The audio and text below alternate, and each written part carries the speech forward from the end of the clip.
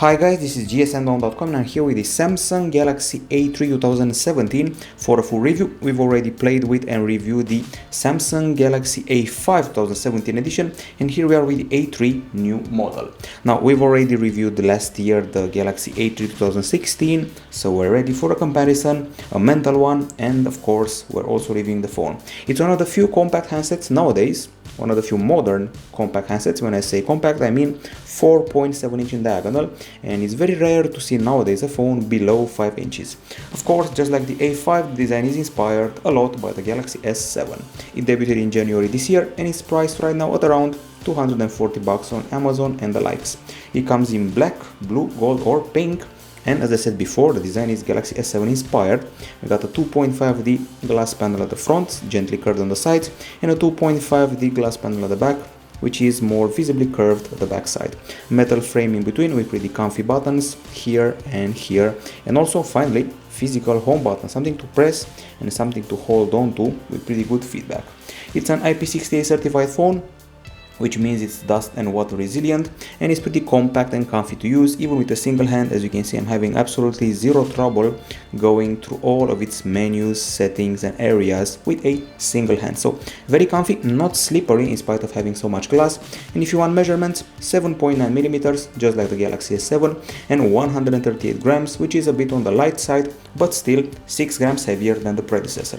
Excellent for a compact phone lover. And the only objection, the back gets smudged rather easily. Now the display, keep saying 4.7 incher, Super AMOLED, 720p resolution, and the predecessor had the exact same setup. Now, to test the screen, I'm going to have to use the gallery.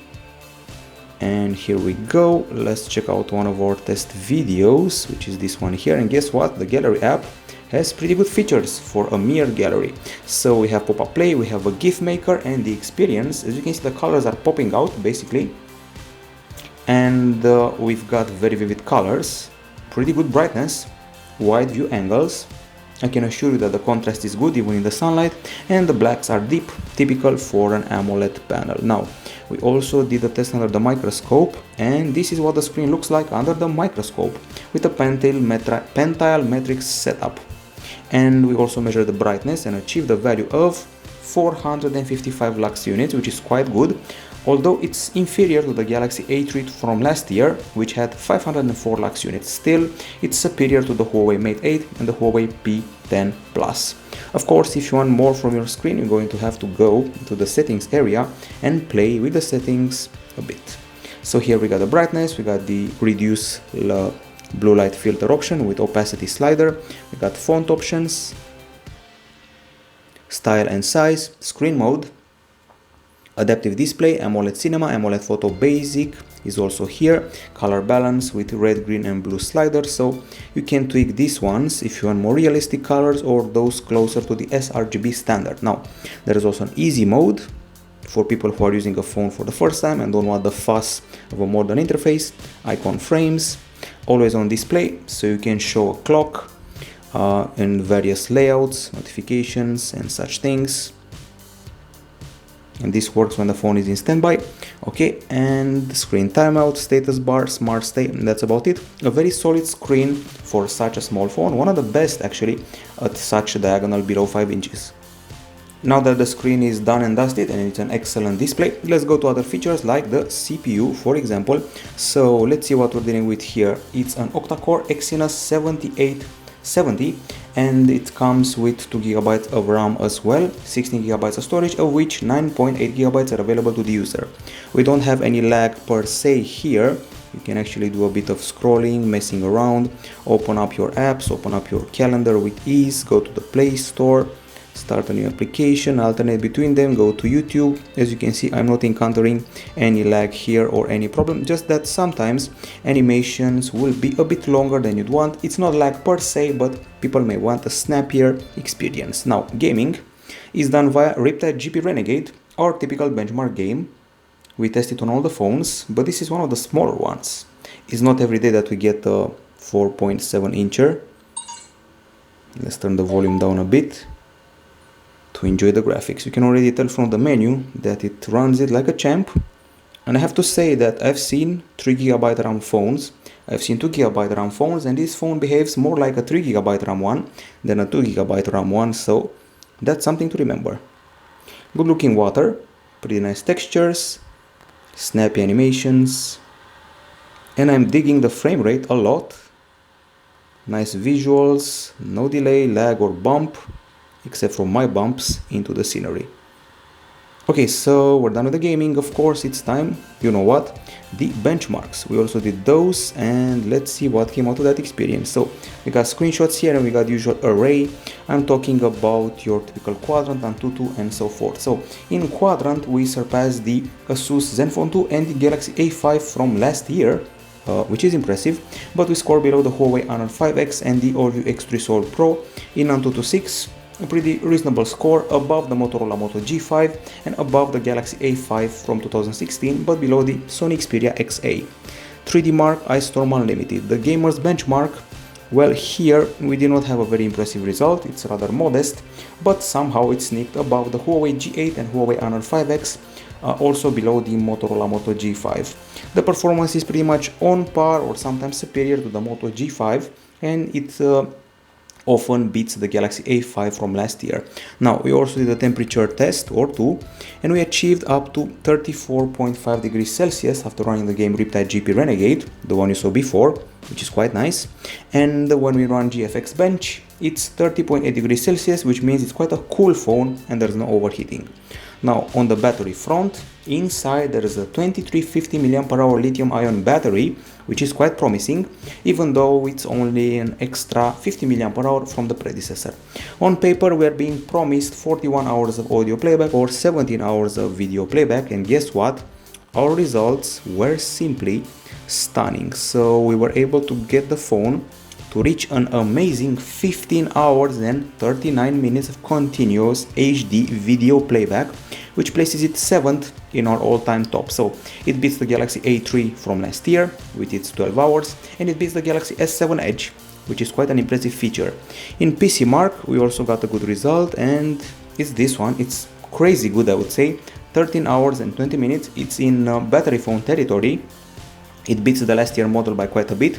The last year model, the Galaxy A3 2016, had 8 hours and 45 minutes. We beat the Asus Zenfone 3 Max. The Galaxy A5 2017 is basically crazy how good this battery is. Only the Motorola Moto Z Play and the Asus Zenfone Max can surpass it. Charging is done in 1 hour and 58 minutes, which is quite reasonable, but below the predecessor with its 1 hour and 43 minutes. At least it beats the Google Pixel XL. And if you want steps, 5 minutes means 6% battery charging, 15 minutes 18% battery charging, and 30 minutes 35% battery charging. Of course, you also have extra settings for the very same battery, and you can find them here in the maintenance area. You go to battery and you get your 3 main modes: off, mid and max for power saving. They limit the maximum brightness, performance and network usage, and they use a minimalistic interface. We got an app power monitor, and that's about it. It's a stellar battery, possibly the best battery on a sub 5-inch handset on the market right now. Now, on the acoustic front, an interesting placement of the speaker. Here, the speaker for the songs on the edge and the right top side. Quite original. We don't have a special player pre-installed. We have Google Play Music with a special something from Samsung.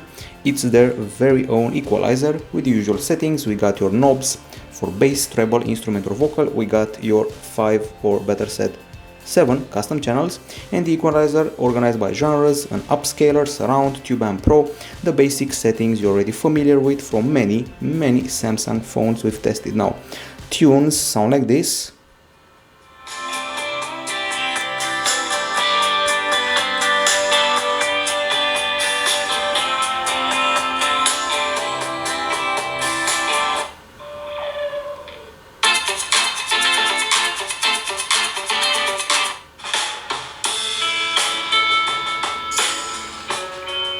Okay, so as you just heard, excellent guitar rendering, pretty solid bass and quite nice volume, no vibrations at the back and good high notes, but I will let the decibel meter speak because we also did a decibel meter test and these are the results. So we achieved 89 decibels and this happens at the top and front of the phone, and then we achieved 84.5 decibels. This achieved at the front and bottom of the phone, and finally those are achieved with the acoustic samples, and this one, 96.9 decibels, is achieved with the game you saw before, Riptide GP Renegade, quite impressive. Meanwhile, the predecessor scored 84.7 decibels, so we beat it clearly, but still we score below the Yumi Plus E, for example, with the acoustic sample, but with Riptide GP Renegade were in top 5 overall. The headphones which you saw in the unboxing are the exact same we saw last year, the year before, and ever since the Galaxy S5 on mid-ranger and such other phones. So good acoustics, and here we have one radio application, trigger with the headphones, pretty basic, and some pretty nice looking minimalistic interface. It's time to talk about the camera now, and I have to say that the camera from last year, from the Galaxy A3 2016, was rather mediocre, only was good in close-ups and that's it. Well, it has evolved, so 13 megapixel shooter here with LED flash and f1.9 aperture, and 8 megapixel shooter at the front with f1.9 aperture as well. Now the camera app starts up pretty fast, as you can see, and has a pretty standard interface. Basically everything we saw on the Galaxy A5 2017 is here, the same options you already know. So let's get straight to the gallery and see the shots we've taken.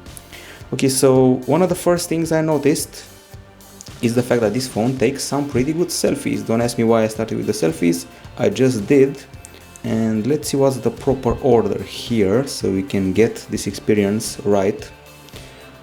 Okay, so yes, we started with the selfies, and I'm pretty impressed by the clarity and the texture of the skin and hair, facial hair included, the glasses, everything you want.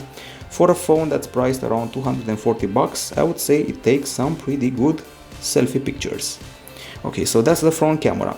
As far as the back camera goes, I'm happy with the colors here. There's a bit of over sharpening, not the old Samsung over sharpening that caused some problems, but rather a new wave which you can actually stand.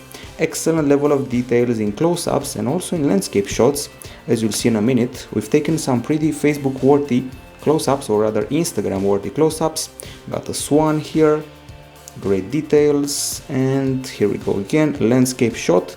Zoom in all you want, you'll be happy with your details, your colors and your clarity. As you can tell, I'm excited by this phone because I wasn't expecting much comparing it to the predecessor, which wasn't exactly a bomb in my view. And here we have a zoom test, regular distance, we zoom in and in, and I have to say it evolved quite a bit from the Galaxy A3 from last year before it. Every once in a while we have burnt shots, but nothing severe. It was a very strong sun, and then when I found that the colors were messed up, I started using the Pro mode, messed with the ISO and exposure, and got to more realistic colors and some very impressive shots. I recommend you watch the whole gallery in our text review, but in the end I'm quite impressed. I would even say it's hard to discern between this and the Galaxy A5 from this year. That's how good the capture is during the day. Now during the night things get a bit underwhelming. This is the low light capture.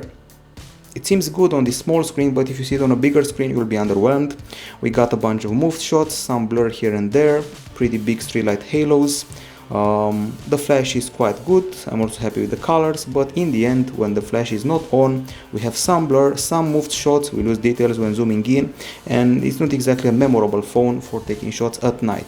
However, compared to this wave of Chinese phones priced below $200, I would say it can face them well, but not memorable for sure. Every once in a while a good shot, but it's, I would say, 1 in 10 or maybe 1 in 7 shots. This has been the low light capture, and here it's a bit superior to the predecessor, but also inferior to the Galaxy A5 2017. I would also call the low light capture inferior to the one of the Huawei P10 Lite and the P9 Lite 2017. And now we move further to the video. So we shot video in MP4, Full HD, 30 frames per second and 70 mega per second, and the result looks like this. The microphone was quite good at capturing the voices of people around me, admiring this swan. Stabilization is rather modest, we don't have optical image stabilization, and the electronic one, well, it can barely handle the movement. I'm happy with the clarity, the colors and the exposure, and the focusing is not bad at all. Okay, let's see some other shots here that do not involve swans, preferably. And here we go, looking for some other video. We tested some stabilization gimmicks here, we walked around filming. At first sight, you would say, not bad stabilization, but in the end, things get a bit jerky and moved, and some burn appears here. For a $200 phone, filming is not that bad in the end. I'm looking for something more colorful now, like this video here. This is where the camera exposure was really tested, and it handled it pretty well. Nice microphone, some minor burn, and nice exposure change. Not bad for the price. It's clearly above the predecessor, which didn't shine in the filming area, especially in the colors and details. It's an evolution. Now, as I said before, low light capture, not very impressive. This also applies to filming. Long halos, a bit of refocusing, shaky, rather okay microphones. Not bad colors, but a bit too yellowish. It's tolerable, that's the word for it, acceptable and tolerable, but not more than that. Okay, we're done with the camera, time to go to the web browser, and you can use the internet browser from Samsung, or you can use Chrome. Here we have extensions available from this web browser. Let's load up gsmdom.com. By the way, this QWERTY virtual keyboard is quite comfy. It also has its very own numeric row. Okay, so the website is loading, not the fastest in the world, as you can see. And we also did a bunch of benchmarks, but we did those in Chrome, so the results may differ. And they weren't exactly very impressive. They, I would say, were mid-level, talking about SunSpider and Velamo. Enough with the browser, enough with the keyboard, time to address connectivity. The phone comes with a dual SIM setup, nano SIM card slots. We have here a USB Type-C port, audio jack. There's 4G LTE of the category 4 kind. We got Wi-Fi, AB, GN, AC. There's Bluetooth 4.2, GPS, ANT+. We also have GLONASS, and the dialer features a speed dial feature right here. Now, as far as the actual calls are concerned, I was happy with the volume, the clarity, noise cancelling, and the microphone gets a thumbs up again. We also did a speed test, which you can see here on 4G and Wi-Fi. On 4G we got up to 91 megapixel download, 19 megapixel upload, quite well. And on Wi-Fi, 250 megapixel download, 25 megapixel upload, not bad at all, actually quite good. Now on the OS front, I had a bit of a shock.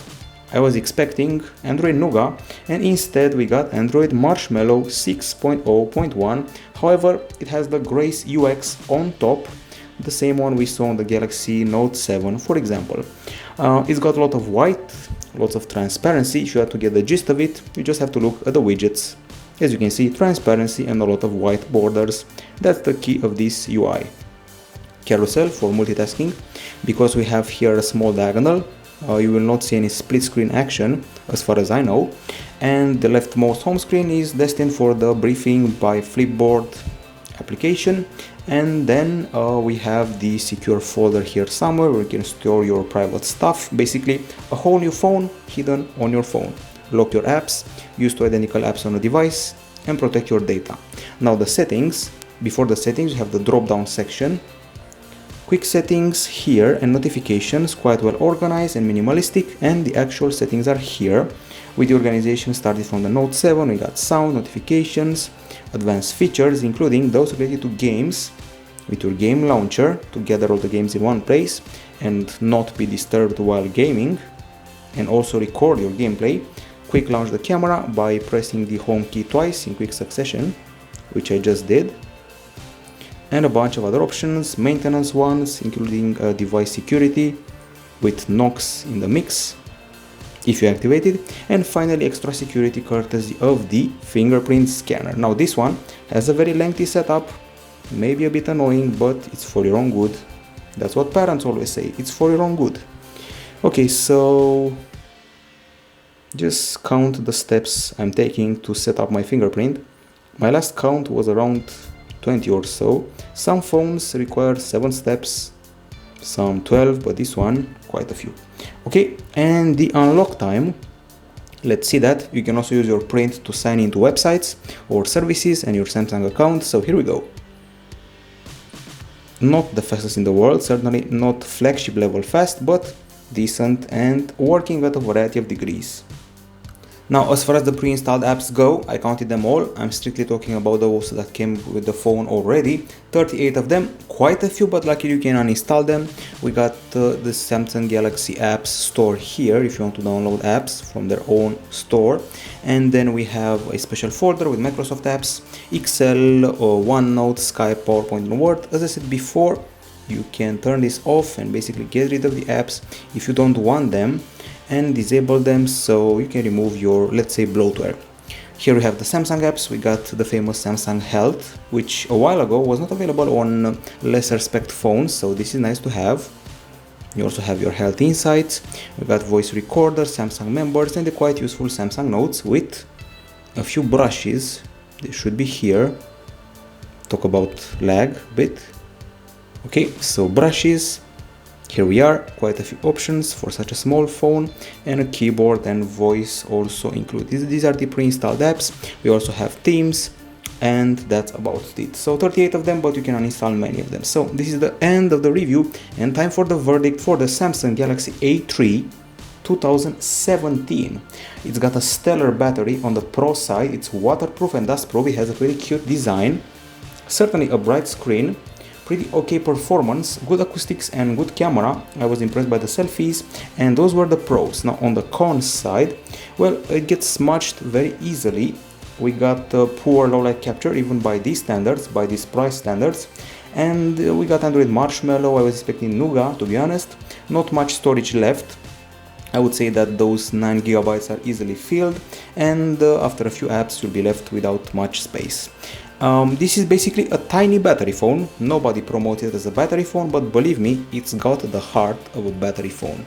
It's possibly the best small phone for an affordable price before the new Sony Xperia Compact comes, and it's a bit pricier than the alternatives from China, but those have a bigger screen. If you want a compact, waterproof battery phone, this is it for you. There's no other alternative. You try and tell me a phone with a 4.7-inch diagonal and such a good battery. Maybe one of the older Sony Xperia phones, but not even those ones. This is basically an alternative for the, I would say, iPhone 6 or maybe the iPhone SE, and that's about it. This has been it from gsno.com, the review of the Galaxy A3 2017. Bye bye.